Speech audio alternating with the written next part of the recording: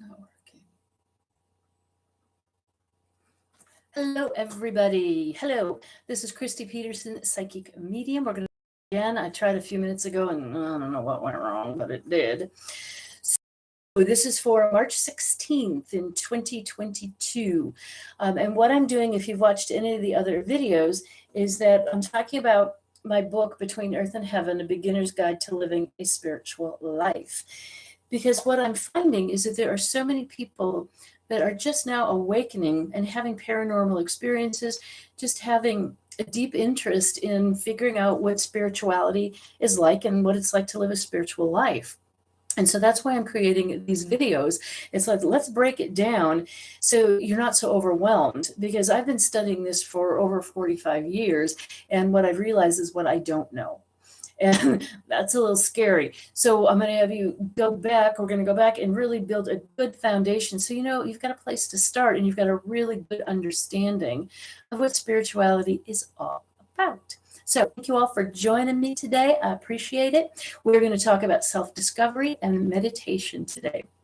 So let's start with meditation, because that one, people, everything, they like to make it way too complicated.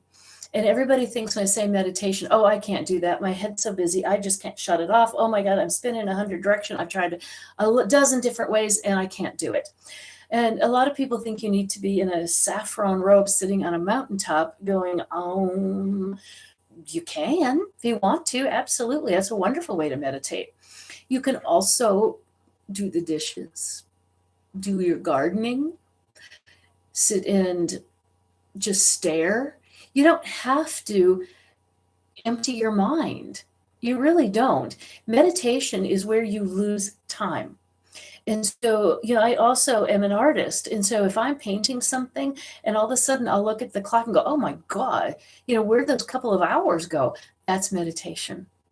When you are just sitting and staring, losing a sense of time, a sense of space, that's meditation. It doesn't have to be the mudras. It doesn't have to be your legs in a certain position.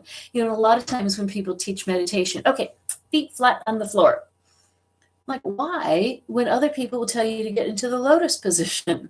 And why do you have to be lying down? Why do you have to be sitting in a chair? Everybody's got their own spin on it.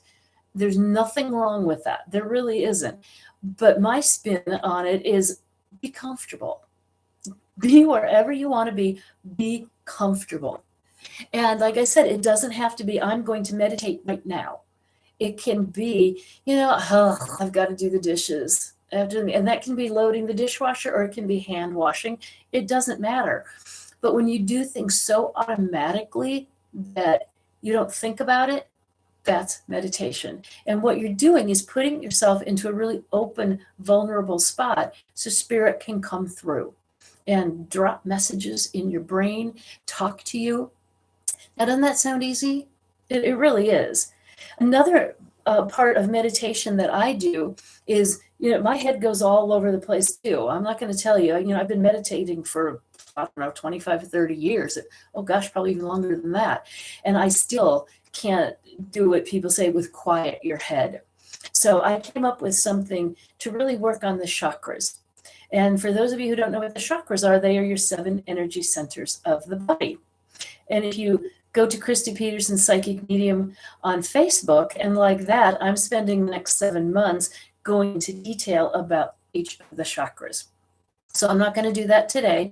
Go to Christy Peterson Psychic Medium on Facebook, and you will get, I'm finished 2 chakras now. I think next week, maybe the week after, I'll be doing the 3rd chakra, which is your solar plexus.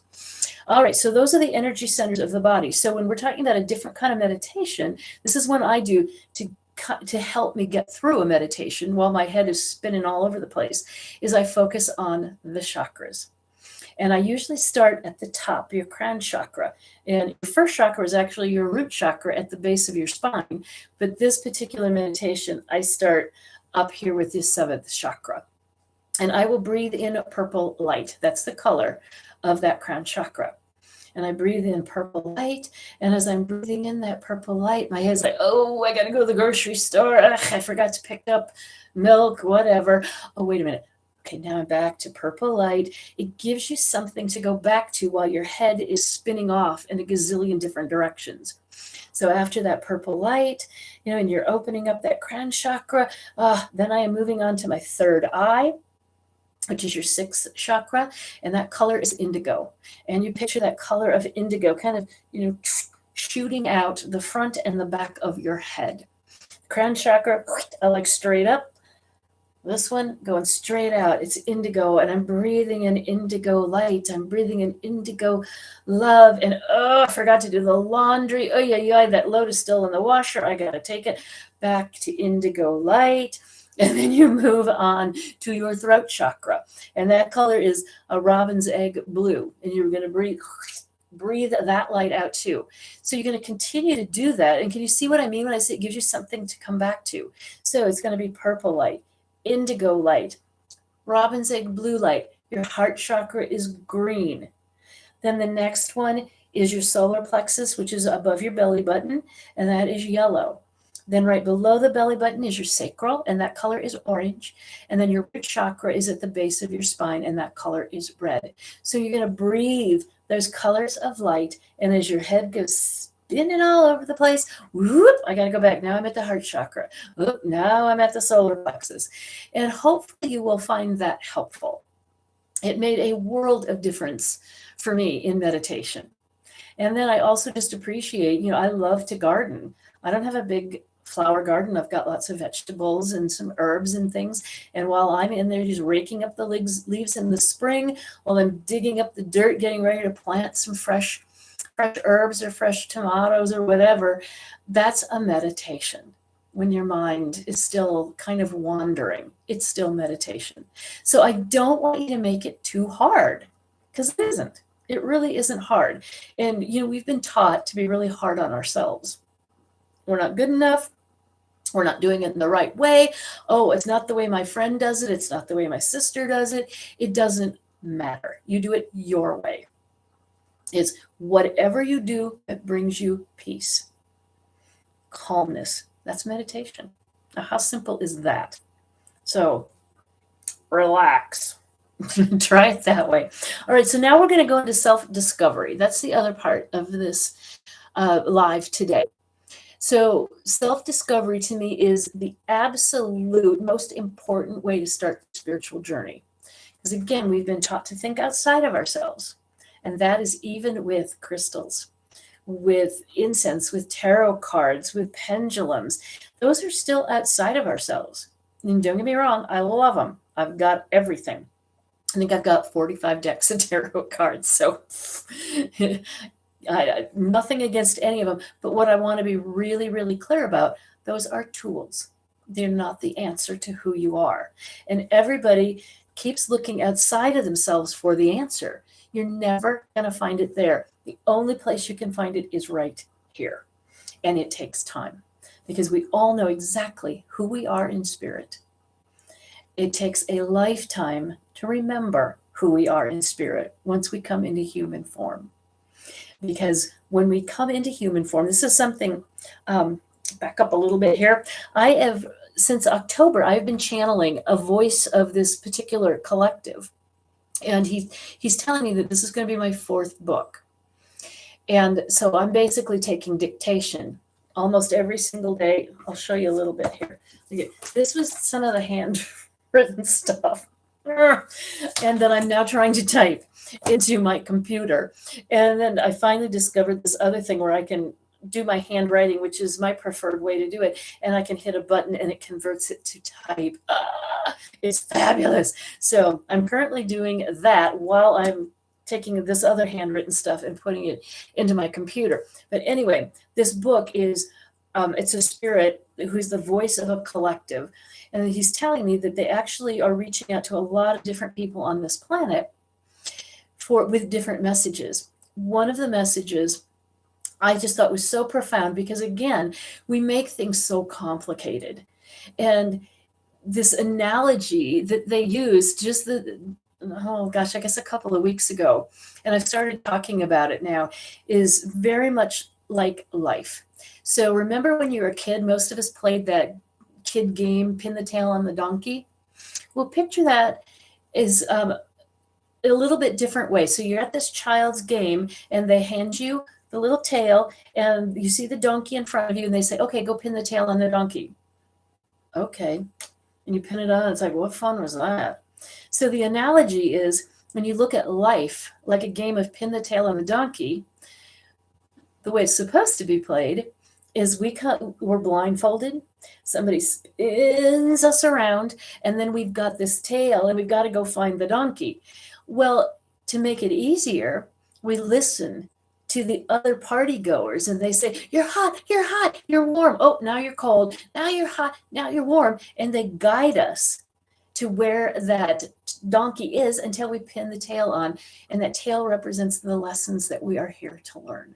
So isn't that what life is like? Is it a game of pin the tail on the donkey? I mean, we come in here basically blindfolded. We don't remember why we're here. We don't remember what lessons we came to learn, what we came to accomplish, what we came to experience. In essence, we're blindfolded. And then we get spun around. But if we listen to our spirit guides, if we listen to our angels, if we listen to our deceased loved ones, they're the ones that are going to say, you're hot, you're warm. Oh, you might want to rethink that one. And it will make it so much easier to learn the lessons that we came here to learn, to experience what we came to experience, and to accomplish what we came here to accomplish, is listen.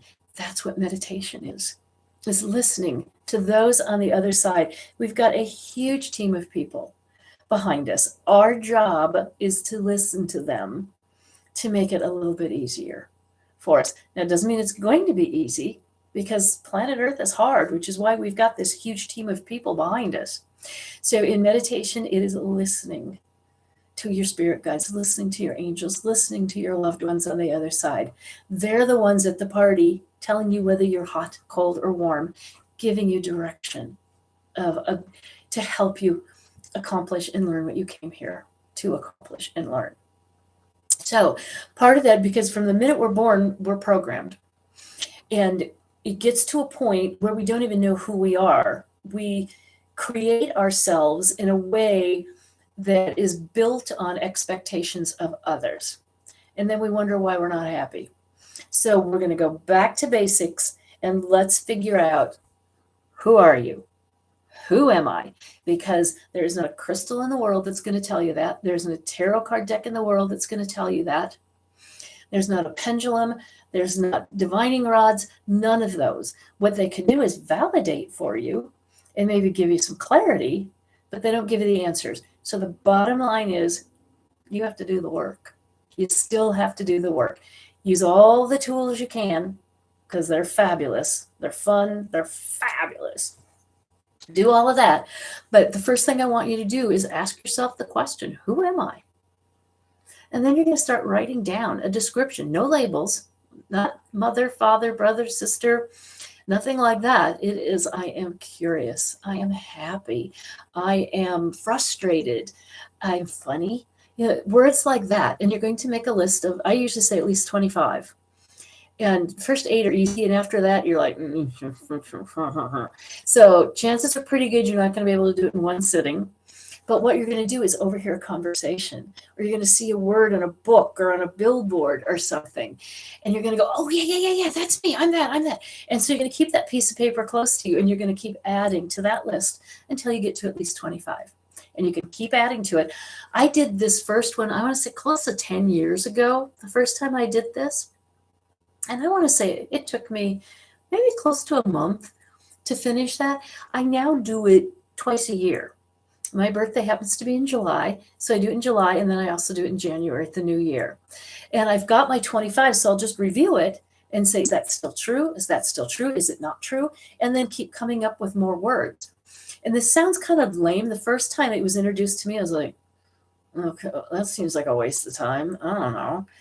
It's truly one of the most powerful things you will ever do, because it's the truth. It comes from you. It doesn't come from anybody else but you. And you're going to look at it and go, who wouldn't love this person? Who wouldn't hire this person? Who wouldn't want to be this person's friend? This is an amazing human being. And how powerful is that? That the truth is on this piece of paper and it came from you. It was nobody else blowing smoke up your behind. It was you. That's powerful. That's the first step in discovering who you are. The second step is, what do you want? Because most of us, we think we know what we want, but we really don't. And we run aground. So, periodically through our life, we go, oh, yeah, this is it. This is what I want. Oh my God, I'm so happy. And that usually is short lived before it's like all of a sudden you start getting restless again. You get that pit in your stomach that, ugh, what? It's so frustrating. And it's because you haven't been clear with what you want. And believe me, the universe wants what you want, but you got to be clear about it. You got to define it. And that doesn't mean in minute detail. And this is a story I've told 100 times, and I might even have told it on a previous video. I don't remember. But I was having lunch with a friend many years ago, and I was whining about, I just want peace in my life. That's all I want. Poor me. And he said, well, what does peace look like? I don't know. And he said, how can you have peace if you don't know what it looks like? And I just went, ugh, I've been busted. But I couldn't let it go. And I went home and I just, in 4 or 5 sentences, I wrote out what peace looked like to me. And I have peace in my life every day now. And how exciting is that? Not all day, every day, believe me, but I have it every single day. Because of what we want, what we all want, no exceptions, we want 5 of the base emotions. That is peace, it's freedom, it's balance, it's happiness, it's joy. Actually, it's probably 4 is better. But those 5, that's what we all want. And we've been taught that all of those things, if we get the perfect house, if we have the perfect spouse, if we've got the perfect garden, if we've got the perfect whatever, we're going to have that. And that's not true. Okay, it might be in some cases if that's what it looks like to you, but it's a base emotion. Every single one of us want that. So then you start with just picking one, like I did with peace, and then you define it. What does it look like to me? And again, it doesn't have to be a novel. It doesn't have to be anything. You're just going to define, and to me, happiness is kind of all encompassing. So what does happiness look like to me? Okay, define it. And I'm not even going to give you an example because it's different for everybody. So you have to do this alone. You can't do it with anybody. What does it look like to me? And then what does it feel like to me? When I'm happy, what am I doing? When I'm happy, what am I feeling? When I'm happy, what am I saying? What's the situation? Can you see the difference? And like I said, the universe wants what you want. And now that you've defined it and you know what it feels like, you're sitting in it, that's when the universe starts dropping things in front of you. And I would tell you, if you get too detailed with it, I won't say you're going to be disappointed. You'll get what you want. But I left mine the framework pretty loose on it. And the life I'm living now is better than I could have ever imagined or imagined manifesting for myself. So it's like I leave it up to the universe because I was thinking small and the universe is thinking huge. So, leave out those minute details. Just give it a framework of whatever base emotion looks like and feels like to you. Then the last thing that you want to do is wear this banner over your head with your word. So let's say it's happiness. Every decision you make, does that support happiness in my life? Does that support the person I want to be? Does that support the life I want to live? And I was just at an expo last weekend and somebody was telling me how she was getting tired of the party life and just really wanted to give that up. So, the decision, let's say happiness is her word. So going out and going to a party, getting drunk, does that support happiness in her life? Probably not anymore. It used to, and there's nothing wrong with that. We all have that wild side to us. Nothing wrong. So you have to do this without judgment. And that's without judgment of yourself or anybody else. And that can be tricky sometimes. So, with this person that wanted to quit partying, so, okay, does staying home support happiness in my life? Not really. I'm bored. I want to go out and party. All right. What does support happiness? Well, maybe it's going to a movie. Maybe it's going out with friends on a walk. Maybe it's, joining a gym. I don't know. It's different for everybody. But those are the decisions. And then when the universe pops those things in front of you, it's for you to say yes or no to. You don't have to say yes to everything because something might come up and you're going to go, ooh, I know that's what I asked for. It ticks all the boxes, but it just doesn't feel quite right. You have the right to say no. And then talk to your guides and say, that was so close. Oh my goodness, so close. But I want to tweak my description just a little bit because we're going to do that. We're going to change our mind our whole lives. Like I said, it takes an entire life to remember who you are in spirit. And that's pretty cool. All right, so that is our self-discovery. Who am I? Describe yourself. What do I want? It's one of those 5 base emotions. And what does that look like to me? Feel like to me? And then every decision you make. I mean, can you see how putting that banner over your head really brings in, it makes that decision making much, much easier for you. Because I would tell you, when I defined peace, it didn't happen overnight. It really didn't. It took, I want to say, probably at least 2 years, maybe, for me to really notice it. Because it was just little decisions made one at a time because I planted those seeds. So little decisions, one at a time, that brought me to 2 years later going, oh my gosh, this is peaceful. I have a peaceful life. I need to pinch myself. What changed? Because it wasn't anything horribly obvious. It just wasn't. It was those little teeny tiny baby steps. 2 steps forward, 1 step back. And, kind of it's a circular motion. And when we say life is circular, a lot of people think it's spinning, but it really is. It's around up, up, up, up, up until you get that description of what it's like for you. I mean, really, how easy is that? It's not hard.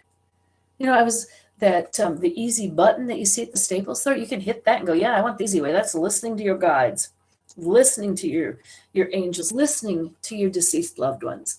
They will help you, remind you. They'll give you that little tap on the shoulder when you're like, no, it doesn't support happiness, but I want to do it anyway. They'll be like, really? Really? Do you want to? You can go do anything you want to. Just don't judge yourself for it. It's like, okay, like every diet in the world. All right, I ate a great big huge candy bar. Did that support weight loss? Yeah, probably not so much. Am I going to beat myself up for it? No, I'm not. Because next time it might be half that size. So be gentle on yourself. Because again, we live in a society where we are taught to compare ourselves to things, to each other. And that's just crazy. It's absolutely crazy. We are unique. Nobody else is like us. Everybody else is already taken. So you might as well be you. And that can't be compared to anybody else. So stop it. Just stop it. Have fun with this. And again, a lot of people think spirituality has to be something just so serious and, elevated and high vibrational. No, life is meant to be fun. And actually, laughter, as long as it's not to somebody else's detriment, that is a high, high, high vibration. So enjoy your life. Have fun. Go out and do it. Go out and do it. All right. So I think that's all I've got today. So meditate. Don't make it so hard.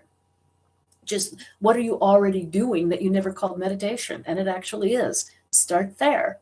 And then start paying attention that, I load the dishwasher every single day and my head, my mind disappears. Now I'm going to be conscious of it and like open up the ears in my head and say, okay, guys, I'm here. I'm listening.